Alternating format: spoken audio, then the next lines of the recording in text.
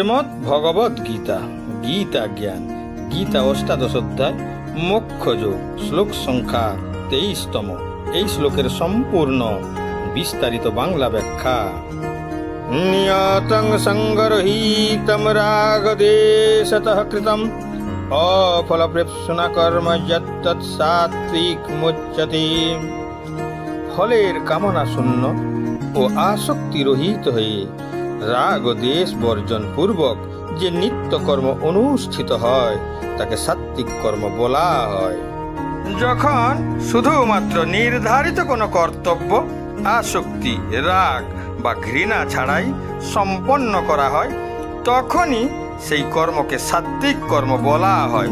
একজন সাত্বিক মানুষ কেন এরকম কর্তব্য পালন করে?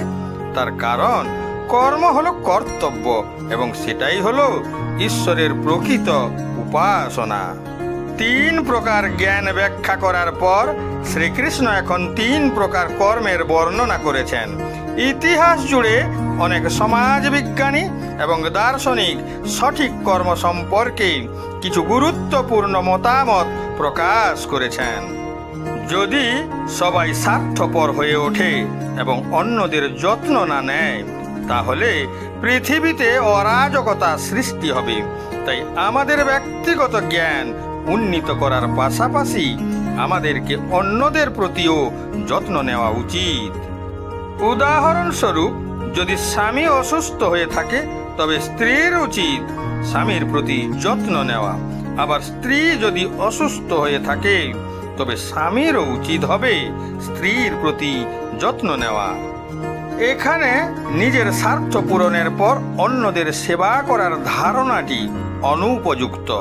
অন্যদের সাহায্য করা একটি স্বাভাবিক মানবিক গুণ।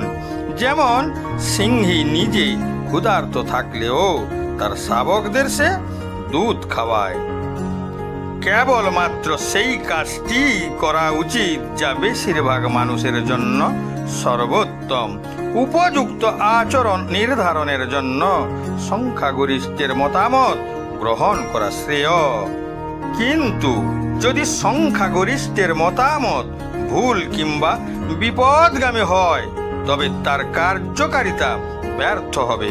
কারণ 1000 অজ্ঞ মানুষের সম্মিলিত মতামত একজন পণ্ডিতের চিন্তা ভাবনার উপর মতামত তুলনা হতে পারে না।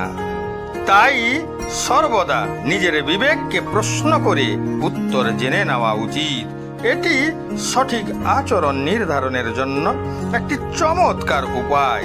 কিন্তু সমস্যা হলো প্রতিটি ব্যক্তির বিবেক ভিন্ন ভিন্ন দিক নির্দেশনা দেয়।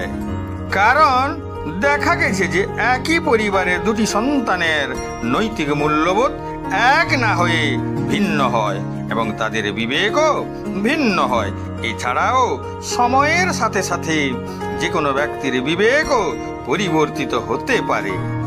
একজন আতঙ্কবাদীকে যদি জিজ্ঞাসা করা হয় যে মানুষকে হত্যা করার পর তার কি কোনো অনুশোচনা বোধ জাগে, তার উত্তর হয় প্রথম অনুশোচনা হলেও পরে তা মানুষকে হত্যা করাটা অভ্যাসে দাঁড়িয়ে যায়।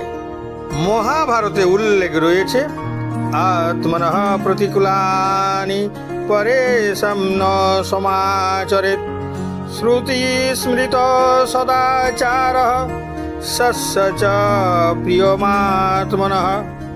যদি তুমি অন্যের কাছ থেকে নির্দিষ্ট ধরনের ব্যবহার আশা না করো তাহলে অন্যের সাথে ওই ধরনের ব্যবহার করা উচিত নয়। কিন্তু তুমি সর্বদা নিশ্চিত করো যে তোমার আচরণ শাস্ত্রের অনুমোদন অনুসারে হওয়া উচিত। অন্যদের সাথে তেমনই ব্যবহার করো যেমনটা তুমি চাও, যাতে সেও তোমার সাথে সেই ব্যবহার করতে বাধ্য হয়। এখানে শ্রীকৃষ্ণ একইভাবে জ্ঞান প্রদান করেছেন যে শাস্ত্রের অনুমোদন অনুসারে শতগুণে সম্পাদিত কর্মই হলো প্রকৃত কর্তব্য পালন। তিনি বলেন যে এই ধরনের কর্ম কোনো আসক্তি বা বিতৃষ্ণা ছাড়াই এবং কর্মের ফলের আকাঙ্ক্ষা ছাড়াই সম্পাদিত করা উচিত।